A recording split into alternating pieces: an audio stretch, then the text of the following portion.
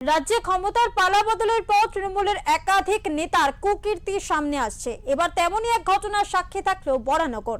এক মহিলাকে শ্লীলতাহানি করার অভিযোগে যে ব্যক্তিদের বিরুদ্ধে সেই ব্যক্তিদের সাহায্য করার অভিযোগে গ্রেফতার হলো তৃণমূল শ্রমিক সংগঠনের নেতা শঙ্কর রাউত। বরানগরে এক মহিলাকে মারধর ও শ্লীলতাহানির ঘটনায় আইএনটিটিইউসি নেতা শঙ্কর রাউত সহ মোট 4 জনকে গ্রেফতার করলো বরানগর থানার পুলিশ।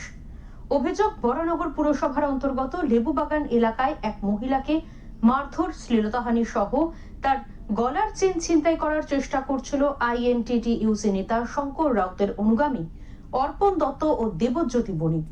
ওই মহিলার চিৎকার শুনে এলাকার মানুষজন ধরে মারধর করে অর্পণ ও বণিকে।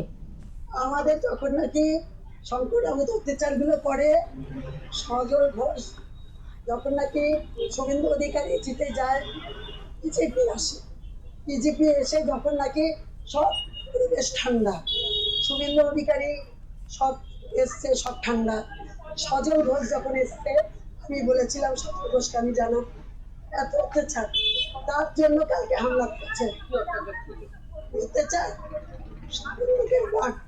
বন্দুকের বাদ দিয়ে আমাদের সব মারধর করেছে, মাথার মধ্যে, আঙ্গুলের মধ্যে, যা খুশি তাই, যা খুশি। শারীরিক যেইভাবে অত্যাচার করে, শারীরিক অত্যাচার করে, মানসিক যেইভাবে অত্যাচার করে, সব রকম ভাবে অত্যাচার করে শঙ্কর রাউত। খবর পেয়ে সেখানে গিয়ে আইএনটিটিইউসি নেতা শঙ্কর রাউত অভিযুক্তদের নিজের গাড়ি করে নিয়ে বরানগর হাসপাতালে চিকিৎসার জন্য নিয়ে যান। আর সেই হাসপাতালে বরানগর থানার পুলিশ শঙ্কর রাউত সহ অর্পণ দত্ত, দেবজ্যোতি বণিক ওরফে বনি ও দেবাশিস দাস নামে মোট 4 জনকে গ্রেফতার করে।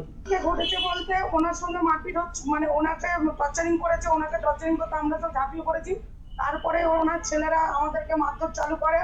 তারপরে আমরা ডাকি এই সজলদার প্রার্থীদেরকে, মানে কর্মীদেরকে, তারপরে ওনাদেরকেও লাঠি নিয়ে তাড়া করে মারধর করা চালু করে।